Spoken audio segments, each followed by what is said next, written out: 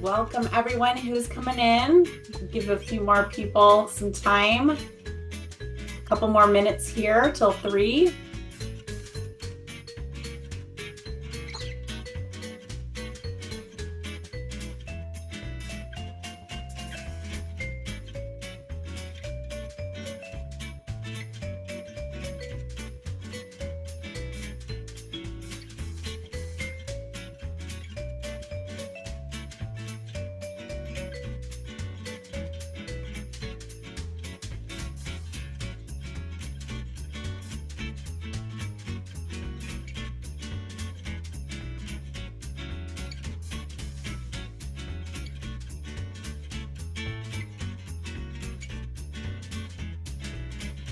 All right, see that there's a few more people joining. Welcome.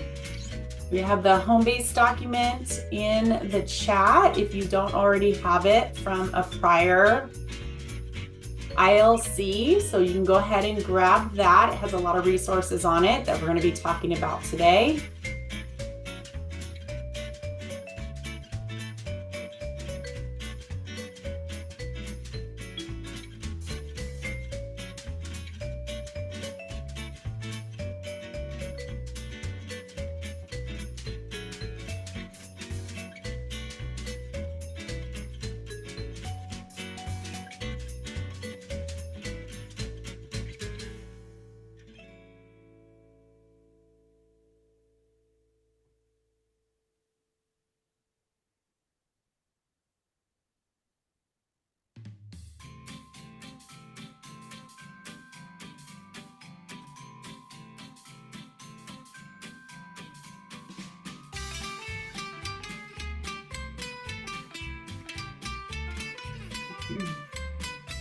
All right, well, it is 3 o'clock, so I think we are going to get started. Thank you to those of you who are here and have joined us so far.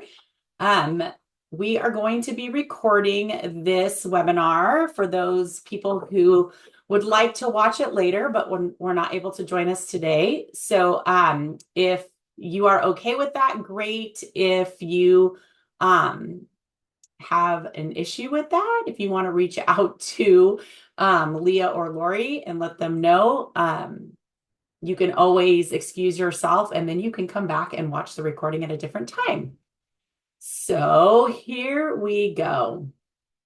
So welcome to our Inclusive Learning Circle series, fostering synergy between UDL, AT, and AAC, with today's topic being assistive technology tools and trends. So again, we just want to introduce ourselves. We are a small but mighty team. We are led by our executive leader, Troy Tickle, and Mel Purdy, our amazing administrative assistant. Leah Padilla and Lori Balsano Wright are the coordinators on the project, and we have 3 content specialists in the areas of UDL, AT, and AAC, and I am Jennifer Wright. I am the AAC lead. Joining me today in this presentation is Emily Desjardins, and she is our UDL content lead. And Jill McCann, our incredible assistive technology content lead for the past 7 years with Open Access and 23 years with Placer County Office of Education, who put together this incredible presentation today, has actually retired and is enjoying her first week of retirement. We already miss her and we will miss her immensely. She is leaving giant shoes to fill here in our team. But however, yes, thank you, Rudy. That's what we've been doing all weekend. If there are any assistive technology specialists out there who might want to join our really fun team, please reach out to Leah or Lori, as we are going to be needing to fill that spot. So anyway, here we go. Again, just a little highlight about our open access accessibility promise. We are committed to the following principles of UDL and to making this presentation and the related materials as accessible as possible. So a few of the strategies that we use in our presentations are highlighted here on the slide, but we use simple backgrounds with high contrast text, digital and print materials that are available to all our participants. We try and provide shortened links in the form of tiny URLs and QR codes. All of our images will have alternative text. We try to provide you multiple examples and non-examples, and also provide our audience with opportunities and options for participation and feedback. So we're posting, again, our home-based document into the chat that has the links that you're going to need to access as we go through all of the Inclusive Learning Circle sessions, but you'll find the one for today right at the top. We're also going to put links in the chat as they come up, and you can just use whichever format is easiest for you to access. You also will see then the QR code for you to access the document as well. So we may ask you to share out when we're going through this session. So if you would like to, or we're asking for it, you can unmute and share out when we're prompting that. We're also going to be monitoring the chat for questions and comments. We love reactions. So if you want to give us a thumbs up, we would love to see that. If we can answer your question during the session, we will, but if we can't, we will make sure to take a note of those and answer those as we can after the session. We also might be using the polling feature in Zoom, and also, again, like I said, we will have a question and answer, either the feature that you can use in Zoom or at the end of the session to ask some questions if you have them. All right, so we want to welcome all of you today. Again, we really appreciate your time today, especially this week, as we are all wrapping up our week before, I think, a big 2-week vacation for most of us. So as with all of our professional learning sessions, we really like to start with something we call an inclusive welcome. This is not something that we made up. It is a signature practice from the Collaborative for Academic, Social, and Emotional Learning, or CASEL. And there's a lot of different ways we can do this. And today we're just going to do a quick poll related to our topic today, which is that of emerging technologies. So we want to welcome and honor all of your voices today. So we're going to start to kind of get a pulse on how this group is feeling about artificial intelligence. And what we're going to do is we're going to do what's called a waterfall chat. So basically what that means is when I prompt you with the question, you're going to put a word into chat, and then you're going to wait until I say, all right, waterfall, and then you're going to hit enter, and we're going to watch all of the comments come in. And we're just going to take a minute to scroll through those so that you guys can see what your colleagues are thinking. So the question that we are going to answer is, what is one word that captures your hopes or concerns about AI in education? So go ahead and type that into the chat, but don't hit enter yet. We're going to give everybody about 15 seconds here to think of a word. So think of a word or two, if you can think you need to capture your hopes or concerns about AI in education.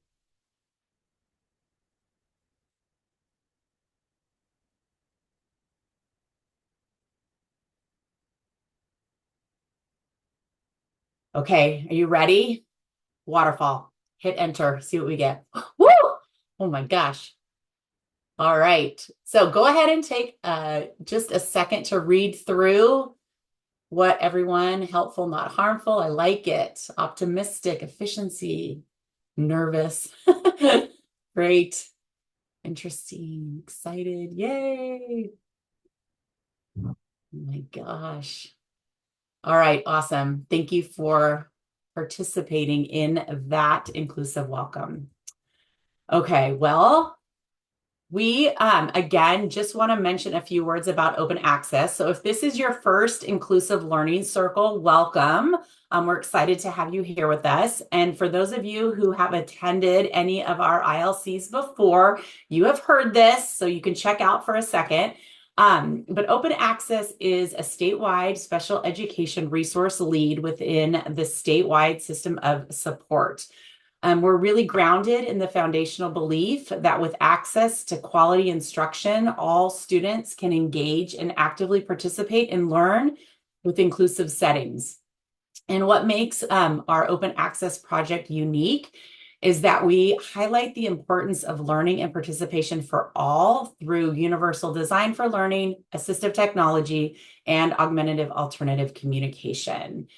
So if you are, when you access our slide deck, you can click on the flyer image, or you can click on the flyer to see the details of our three-tiered approach that we have in place to assist LEAs and SELPAs statewide.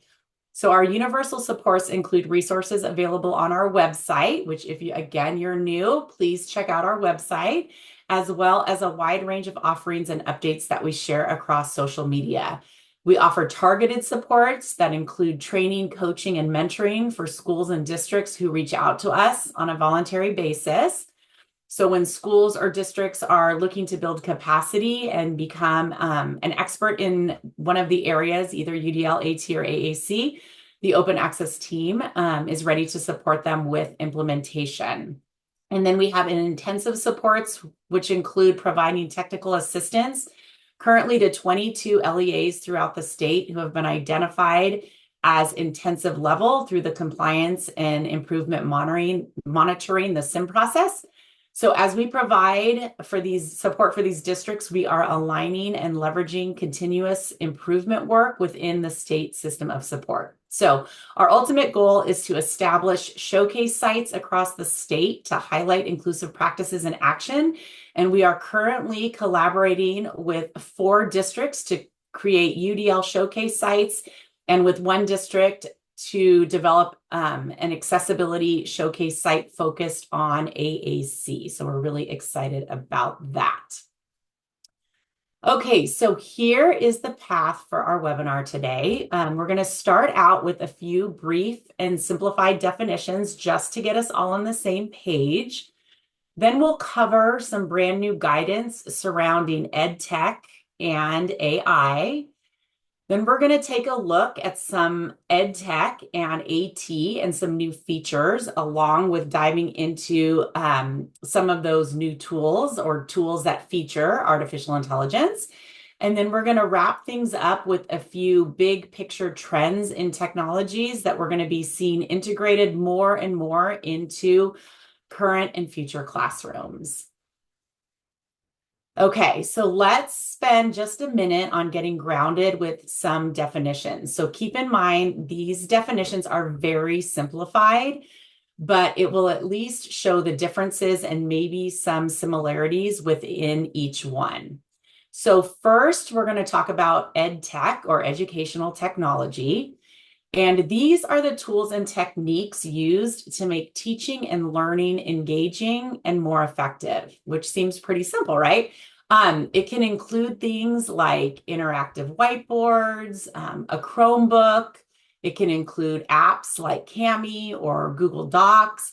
And we could break this into additional categories like instructional technology, but really the overarching term that is used is ed tech to encompass all things that are utilized by students and teachers. So next we have assistive technology or AT, and those are devices or tools that reduce or eliminate barriers for people with disabilities. So AT covers a wide range of no tech to high tech. So something as simple as a pencil grip or a Post-it note can be AT. And features like text-to-speech, word prediction, and communication devices can be on the high-tech end of AT. Another example would be an ed tech tool, for example, like Kahoot, which has been designed with all learners in mind. And they've included features that would traditionally be thought of as AT, like text to speech, voice typing, and even an equation editor. So, not to make things that confusing, but there are a few new features that have been showing up in our ed tech tools over the past few years that at one time were just considered assistive technology. So, for example, Google Docs has voice typing, which was added a number of years back. So, an ed tech tool can include features that can be considered assistive technology. So if a student with an IEP requires it, then we're going to call it AT. So it may be built in for everyone and be an option for all of our students. But if a specific student requires that, then that feature becomes assistive technology. So there's a little bit of a blurry line between ed tech and AT, but not to get too far off of that topic. But you might be wondering, can an ed tech tool be considered assistive technology for a student with a disability? And the answer is yes. Again, if the tool maintains or improves function for that specific student, then it would be considered assistive technology. Okay, so now we're going to get a little bit deeper here into the weeds. Artificial intelligence, or AI, has been around for a long, long time. It was developed decades ago for people with disabilities. Things like text-to-speech, voice recognition, and word prediction, those are all examples. So we've found that some types of assistive technology are also AI-powered. So we're going to get into that definition of AI. So AI, or artificial intelligence, very simply, this is technology that allows computers to perform tasks that traditionally required a human. Some can adapt, generate content, and make predictions. There are a few different types, but we're going to define a few that we are hearing a lot about lately. So the first one is generative AI. So this is the one that's all the buzz. And this is the one that we as educators are getting a little bit nervous about, because basically this type of AI creates new content like writing stories, drawing pictures, or generating music. There's also machine learning AI, and that is AI that improves over time by learning from data. So things like predicting the weather, or recommending movies. And then we also have conversational AI, which is AI that is designed to interact with people, things like chatbots or virtual assistants. So these have been around for some time now, but they're continuing to get better as time goes on. So generative AI is really impacting educators and students right now because the technology that's available to consumers is now offered in such an easy to use interface, which has made the popularity of these tools just skyrocket. So even if you're a skeptic, if you have dabbled with the tools, it is really difficult to deny that they are really useful, and they're also kind of fun. So in just a little bit, we're going to give you some resources that you can check out. Okay, so CAST, which is the organization that is centered around Universal Design for Learning, has been collaborating with a number of educational and technology organizations on the topic of AI. And so for many of the resources we share with you, you might start to notice their names pop up as a collaborator, which is great because that means that they have been looking at things through the lens of Universal Design for Learning and accessibility. So the AIMS Center is part of CAST, which has to do with that acronym stands for Accessible Educational Materials. So we are going to share this. A recent white paper from AIM, the center at AIM, simplifies the definition of AI, especially as it relates to people with disabilities. And that paper says artificial intelligence refers to the development of computer systems capable of performing tasks that typically require human intelligence. AI technologies can promote inclusivity and accessibility for disabled individuals by addressing significant challenges in mobility, communication, and public services access. So like I said earlier, AI has been around for some time now, and most of us are familiar with things like facial recognition, voice dictation, speech to text, and some of our smart home technologies. But in terms of emerging technology, the AIMS Center tells us to keep an eye out for ways it can support people with disabilities, like self-driving cars, AI-assisted wheelchairs, and advanced AAC devices to support communication. All right, so now that we're a bit more grounded in the definitions, we're going to dive into some new resources that we can look to for guidance around AI. All right, so I think it's really important to share some of the new information with you about EdTech and AI, because this information is truly setting the stage for all emerging technologies that will be seen in the classroom, and also, of course, then in emerging assistive technologies. So we're going to take a closer look at these 4 resources. And again, they are all linked on the home-based document. So after this session, feel free to go back to that document and explore them. All right, the first one is the 5 quality indicators for EdTech and AI products. So 7 leading EdTech organizations came together in a joint effort to support schools in choosing quality products for their students and teachers. So again, you might be familiar with CAST, which is that UDL organization, or maybe the ISTE. That's where we get tech standards for teachers and students. But anyway, the landscape for accessibility in EdTech is quickly evolving, and the idea or vision, and actually the laws of EdTech tools of being accessible by everyone, is finally catching up to the technology advancements that can actually make that vision a reality. So we are truly in a very exciting time for our students with disabilities, and frankly, for all of our students, because everyone has variabilities and can benefit from this type of access.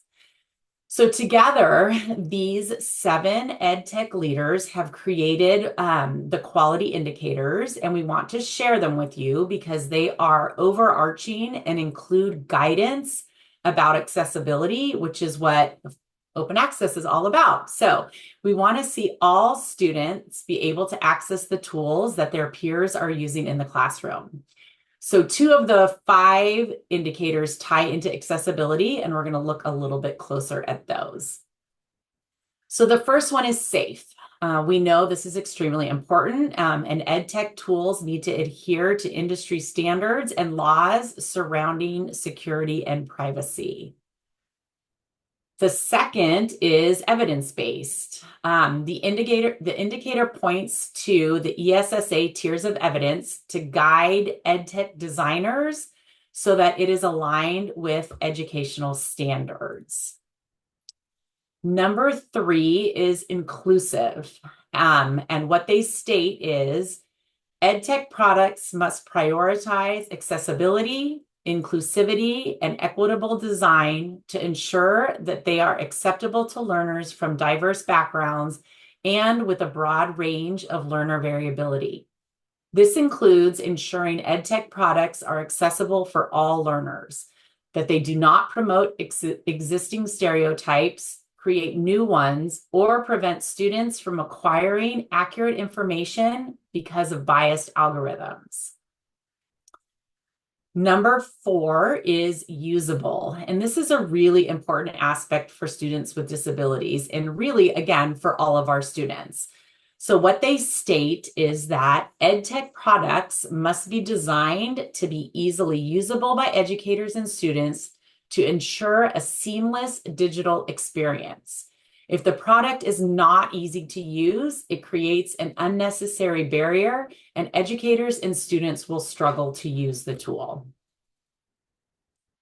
And then lastly, the 5th indicator is interoperable, which says that EdTech products need to seamlessly integrate and connect to other technologies that are within the school's digital ecosystem. So an example of that would be if you think of some of the tools that integrate with Google Classroom or even Canvas.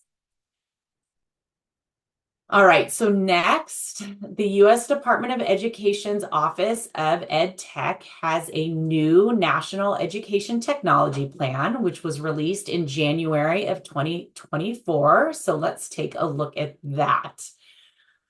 There are three significant divides that limit the transformative potential of educational technology in teaching and learning. And these three divides include the digital use divide, and that really highlights the need to improve how students utilize technology to enhance their learning. We also have the digital divide, the digital design divide, and that really focuses on opportunities for educators to expand their professional learning and develop the skills necessary to design technology-enabled learning experiences. And then the third one is the digital access divide, and this addresses the need for equitable access to educational technology for both students and educators. It includes access to connectivity, devices, and digital content, while also emphasizing the importance of accessibility, digital health, safety, and citizenship. So key insights about access include the learning environment and space must be accessible to all learners. We need to optimize the digital tools used within the learning space to fully support all learners. And we need to adopt materials, curricula, and all EdTech tools and materials that are designed to be accessible for everyone. All right, so the next one is the U.S. Department of Education Office. The U.S. Department of Education's Office of Ed Tech also has a new document that has come out as well that has insights and recommendations about AI. They also have in that a core messages handout, which includes the key insights, kind of a more digestible way to get the information if you are short on time. And I think it's important to note that just about every piece of new guidance and laws surrounding technology are calling for increased accessibility, and the language is really shifting to include terms like removing barriers and addressing variability. So this is really exciting to see that language shift around disabilities, because generally disabilities can be thought of as contextual when thinking about the barriers that are encountered in the environment or task. And an example of that might be a student with dyslexia might struggle with reading and writing tasks in the classroom, but thrives on the soccer field, where communication, teamwork, and physical skills are prioritized over that of literacy.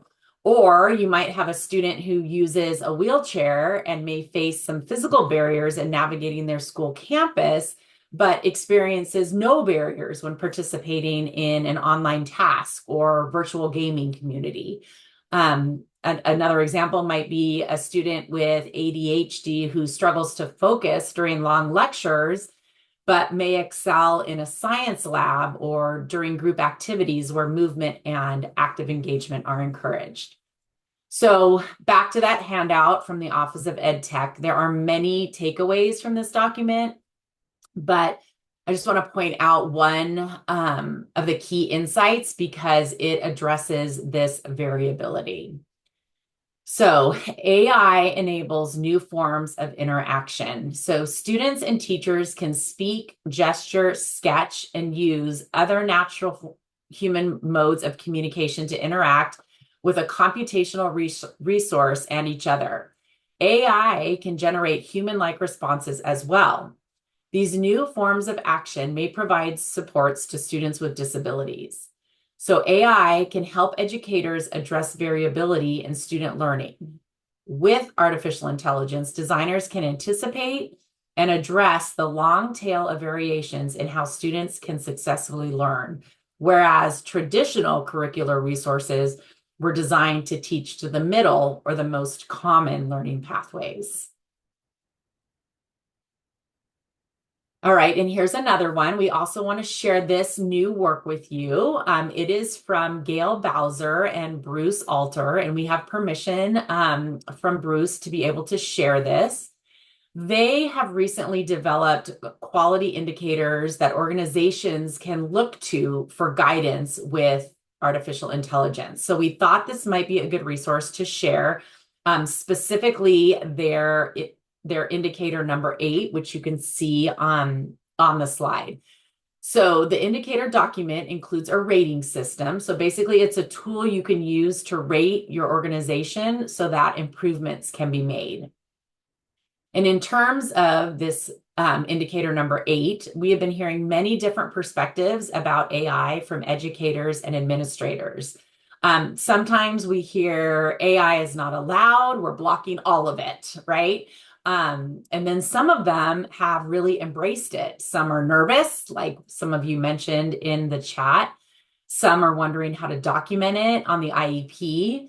But curiously, one thing that we don't hear much about is how AI can support students with disabilities. And hopefully, we're going to give you plenty of examples today so that you can begin to really feel more comfortable having conversations and speaking to this topic. All right, so you also might be thinking, okay, I'm okay with AI, but my district technology department has said absolutely no AI, and again, might even be blocking certain websites or tools.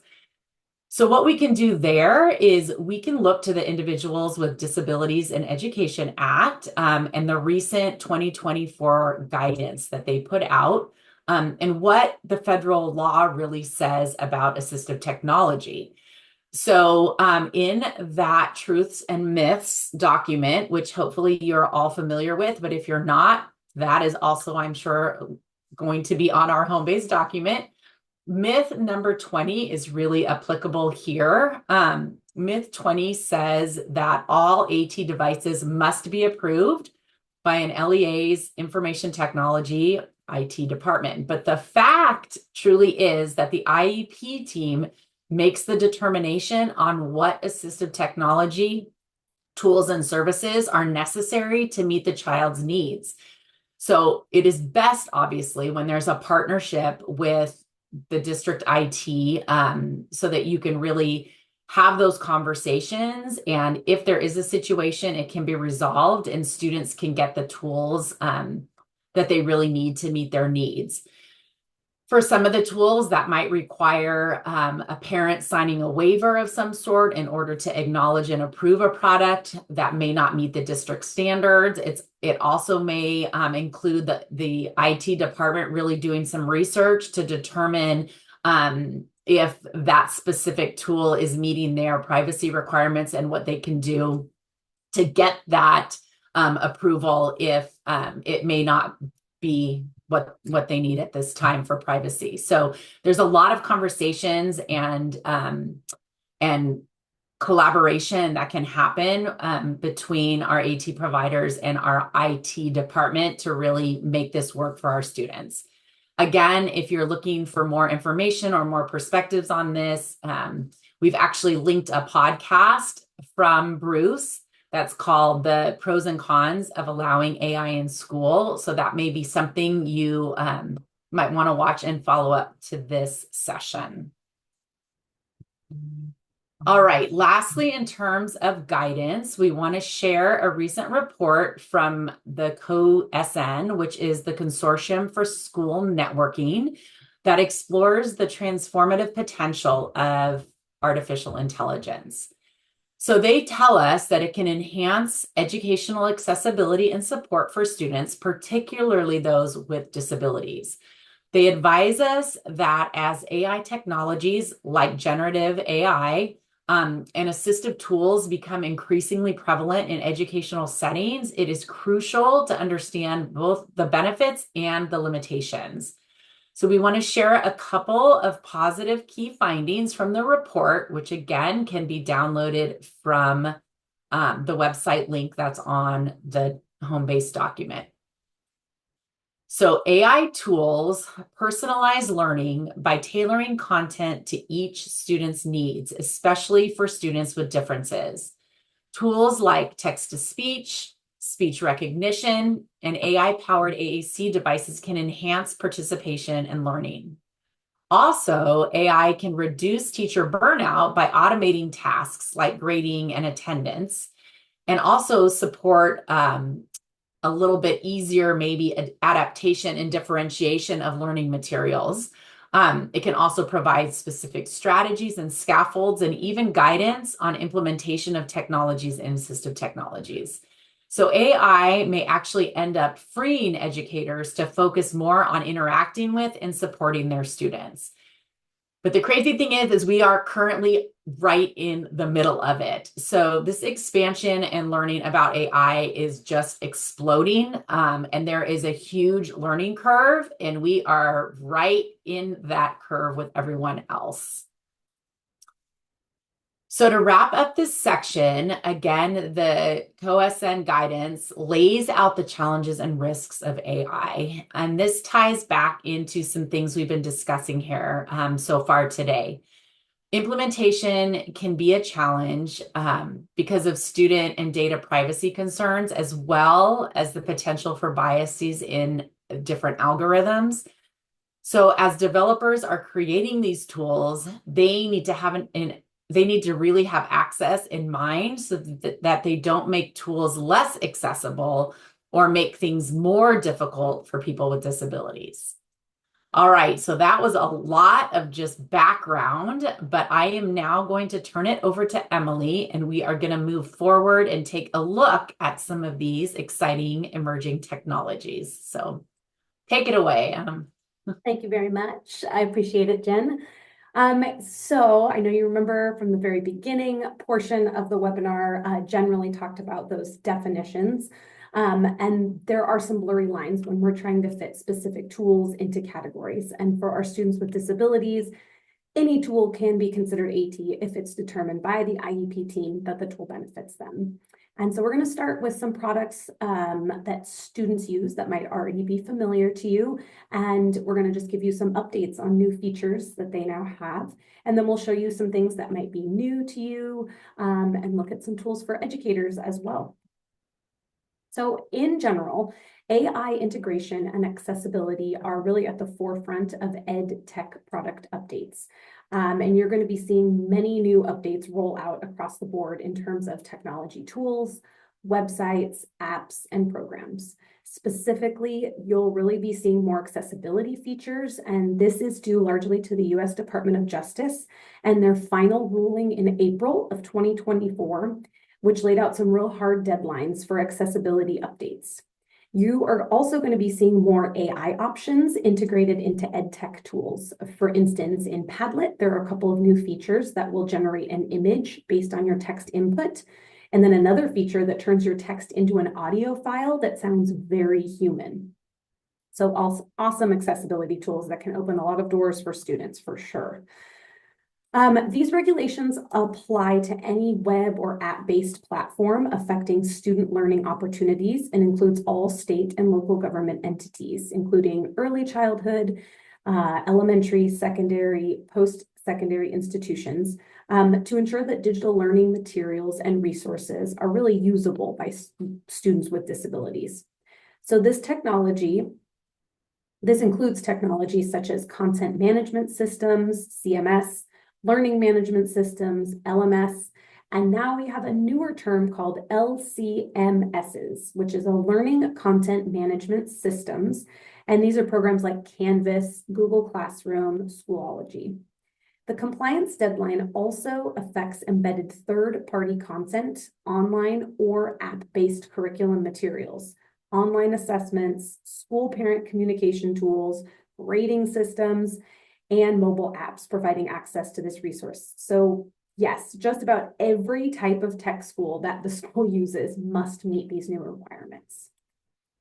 So districts with over 50,000 students must be in compliance by April of 2026, and smaller districts may have a little bit longer to get an extra year, and they will need to be in compliance by 2027. Luis Perez from CAST gives us some really good advice. The earlier you can get on this process of making sure that your content and tools meet this rule, you'll be in the better position to meet the requirements of the state and local entities that are covered by this. So Chromebooks already have so many great features to support accessibility.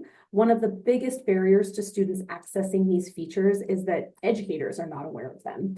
So before we get into some of the most recent updates, Chromebook accessibility features have really been around for a number of years now, like the screen magnifier, Chromebox screen reader, reading mode options, on-screen keyboard, text-to-speech, captions, switch access, and more. Sometimes we've found that teachers and students are just unaware of these features, and so we really encourage you to explore your student Chromebook and learn how to access them. There are some really great updates that have also been rolled out on Chromebook Plus devices. However, these aren't the devices our students are using in their classrooms. So one of the features is called Help Me Read, and it uses Google's AI Gemini to take lengthy articles and PDFs and summarize them. Currently, they also require people to be at least 18 to use this, and they've also added live translate to the Google or to the Chromebook Plus. But maybe these two features might end up showing up on future student Chromebooks, but for now we'll need to wait on those and use other tools that do similar functions. Something you might be noticing on student Chromebooks is the new Welcome Recap, which is a visual overview of where you left off and helpful suggestions on where to start. There's also a split screen and a snap, which is a window in place on one side, and choose a window from the suggested window list on the other side, and then the two windows will be grouped together. You can resize the windows in a group by dragging the divider bar in between them. There's a focus feature that can help you manage screen time and improve productivity. It includes a timer, do not disturb mode, and even focus audio sound library, and integrates with Google Tasks. A couple of previous updates are going back to August of 2024, and that includes the word level highlighting with a text-to-speech tool while using the magnifier tool. And this is great because it can really support our students with visual impairments. And Google also updated the accessibility options to include personalization options for keyboard shortcuts, which many of our students with orthopedic impairments might be able to use in order to reduce keystrokes. One of the biggest trends we are seeing in existing EdTech and AT programs is the addition of accessibility features and AI. So let's take a look at a few of our very popular programs. First, let's talk Cami.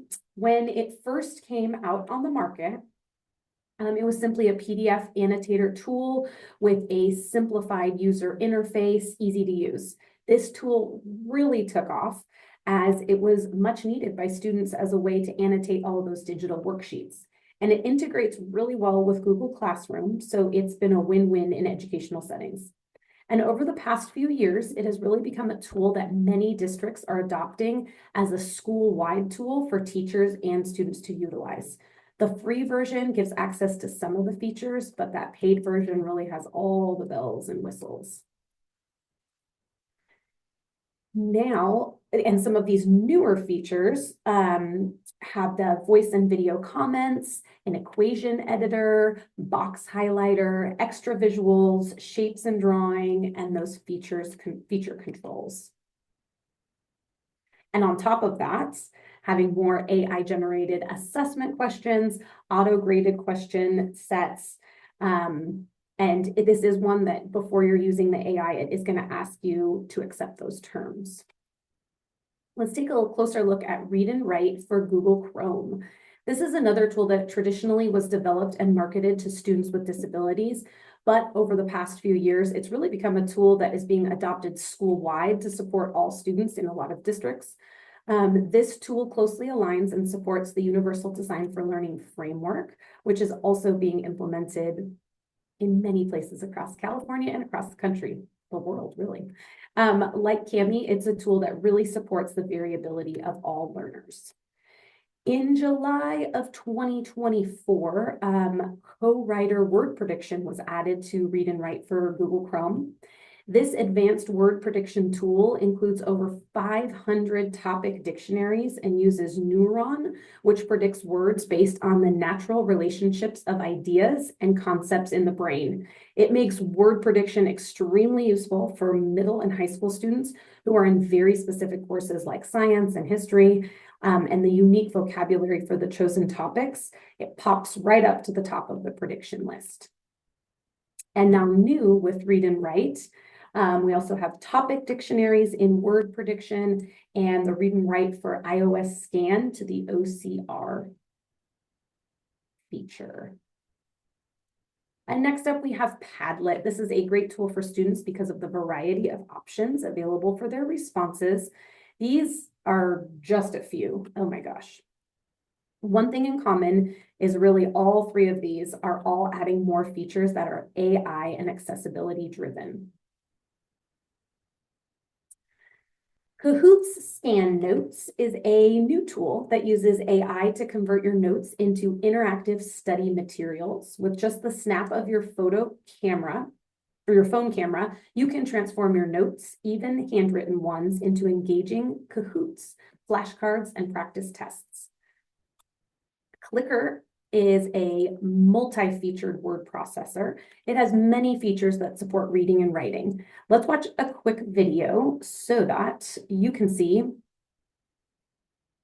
some of those features. It is available across platforms, Windows, Mac, iPad, and surprisingly, it's even available specifically on Chromebooks, which is great because many of these special apps are often only available on iPads or as software.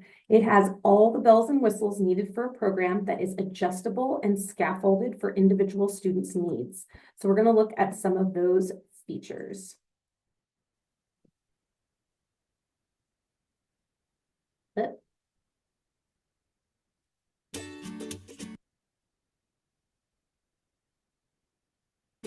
Clicker provides the right level of writing support for all your learners.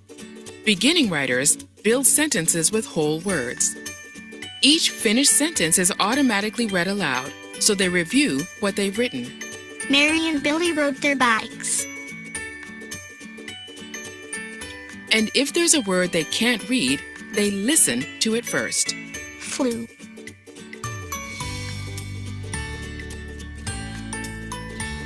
Now they're ready to start choosing the words they want to use. Students progress to writing with the keyboard, with support from the talking predictor and word banks for topic vocabulary.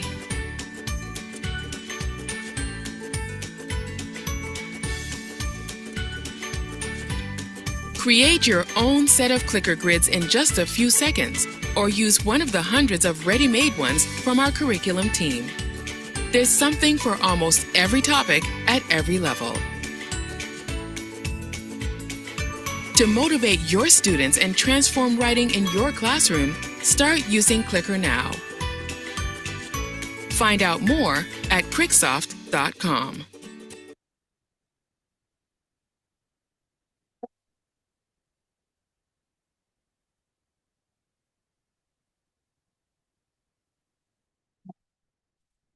And last but not least, we have the Monarch Reader, which was previously known as the Toriel Reader for the past 2 decades, and it really has accessible books and is a digital book creator. And as you can see, with all of these, it's really introducing that AI and introducing those accessibility features. So CAST has developed a universally designed graphic organizer tool, Corgi. So Corgi integrates very easily into Google Classroom. It has a built-in read aloud, talking dictionary, and translation features. And it also allows students to co-plan within the same document. A good way to show UDL within small group writing teams utilizing this Corgi. So, hope we're going to watch Graphic organizer. Let me open it up. Sorry about that. are tried and true teaching tools.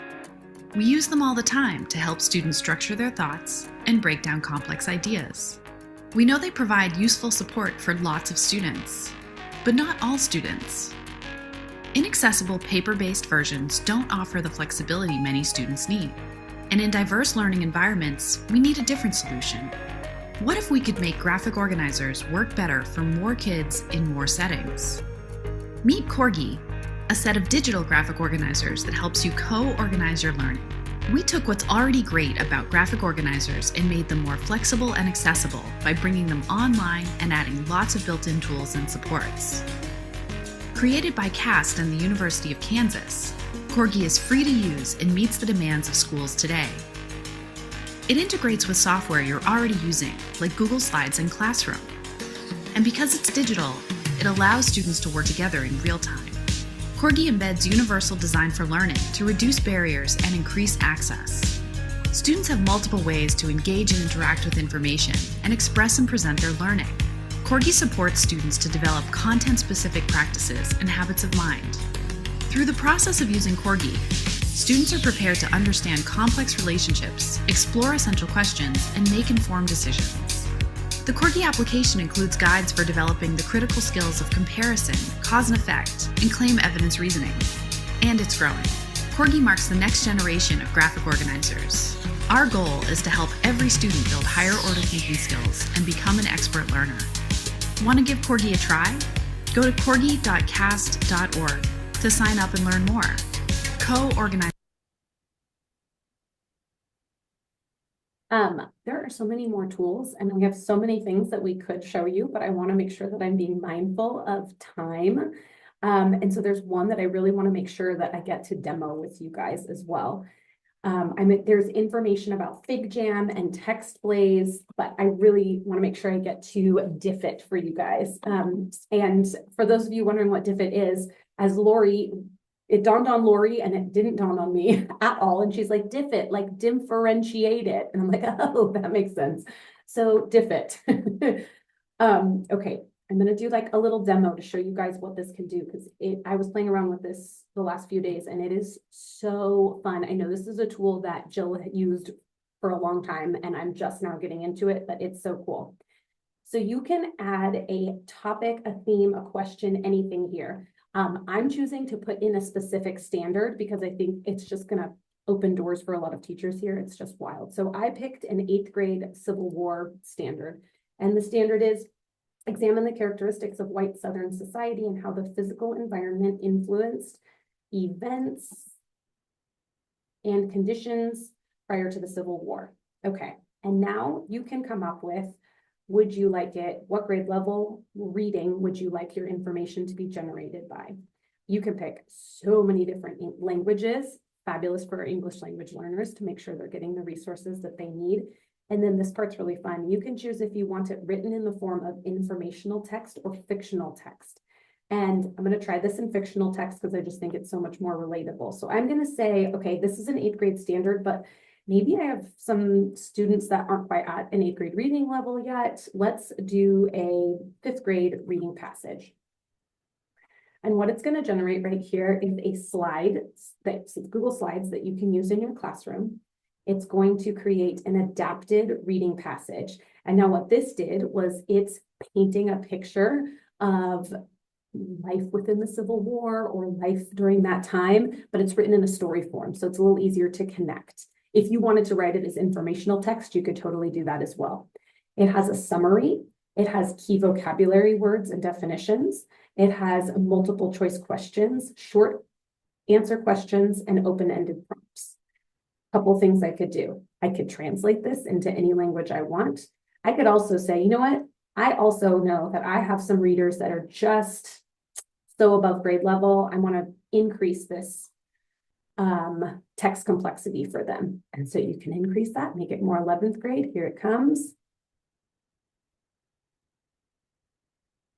And now you can see the passage is a little bit longer. It's just written a little bit more with a little more complexity. And then you can go to the side here and there's student ready activities ready to go. So I'm going to click on the bubble map And as it is loading, here we go. It's generating things that my students can use, right? So it's got vocabulary terms, use it in a sentence, an image to represent it. It has a read and take notes passage that you could print off and have students use. A bubble map organizer. It has I love this answer and explain. Like, okay, if you're going to do a multiple choice question, then maybe give a way to explain it. And that doesn't mean they have to write it. Maybe they draw a picture, maybe they explain it to you orally, whatever. But some options there, short answer questions. And then this one is actually one of my favorites. It's the reflect and discuss.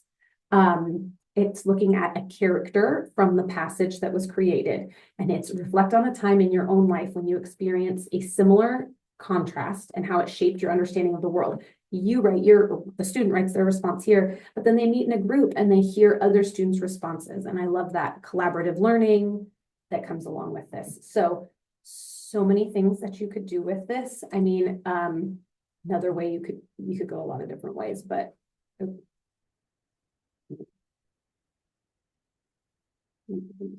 we go. You could also do like metamorphosis of butterflies. Okay. I'm going to do a 3rd grade passage, informational text, just to show you another example. So it doesn't have to be a standard. It can just be a topic, anything that you want, but it really will differentiate those, the reading passages. And here you go. And now let's see. Okay. So I'm going to take this passage and now I'm like, you know what? Let's make it more complex. Let's see what it comes up with.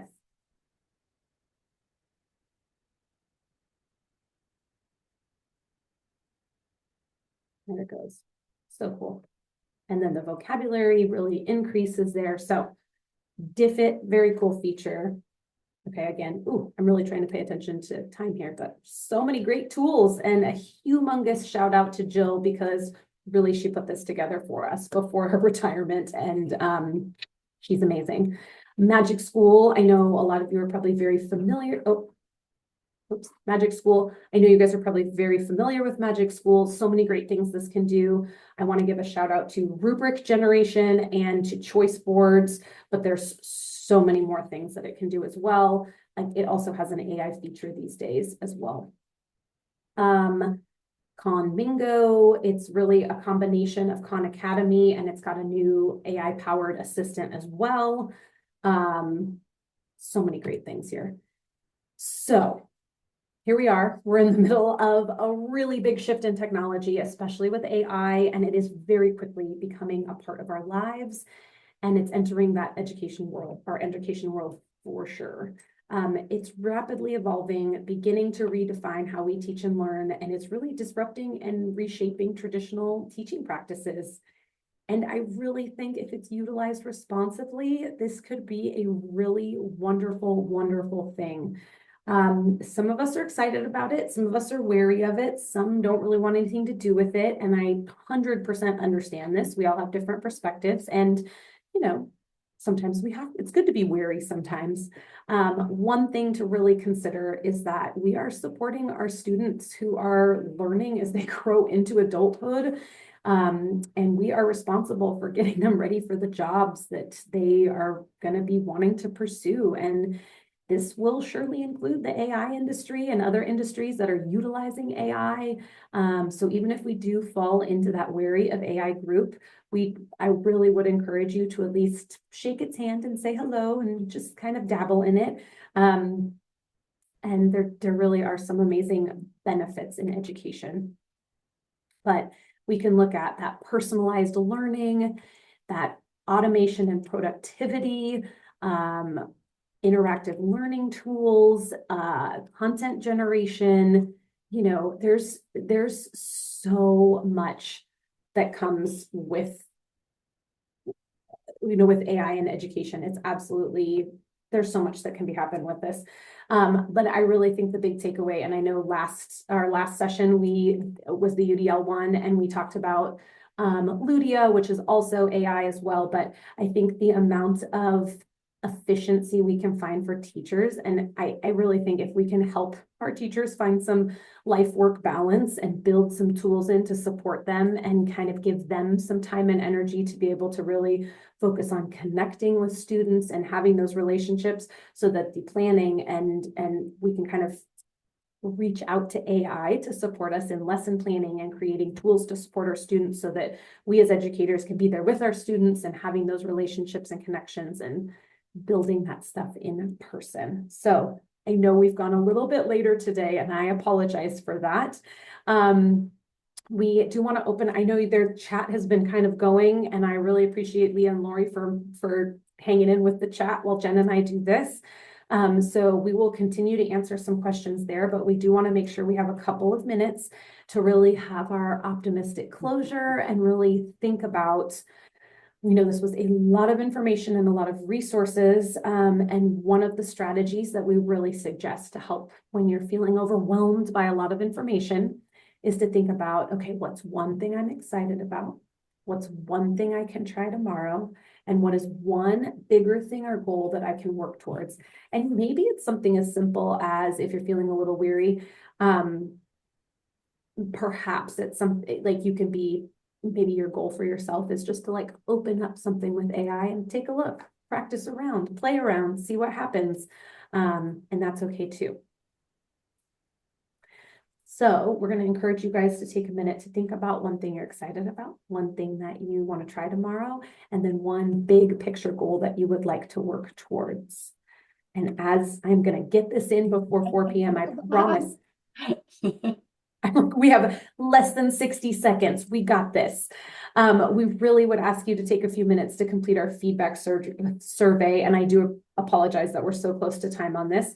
We also want to give a shout out to our next 2 inclusive learning circles, which are January 22nd, focusing on AAC in elementary and middle school. And then also on February 19th, we'll be focusing on UDL and learner variability. And it's 4 o'clock right now. Thank you guys so very much. And again, I apologize for going right up to the edge. And hopefully this will definitely be recorded and posted, but please do also take the time to go through that home base and kind of playing around with some of those tools.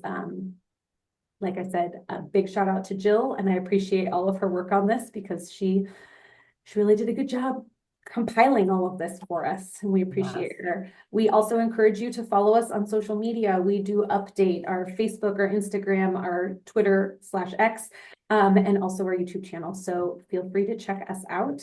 And I'll go back to the survey for those of you who are kind enough to complete that for us. So thank you guys so very much for being here. We appreciate it. Thank you.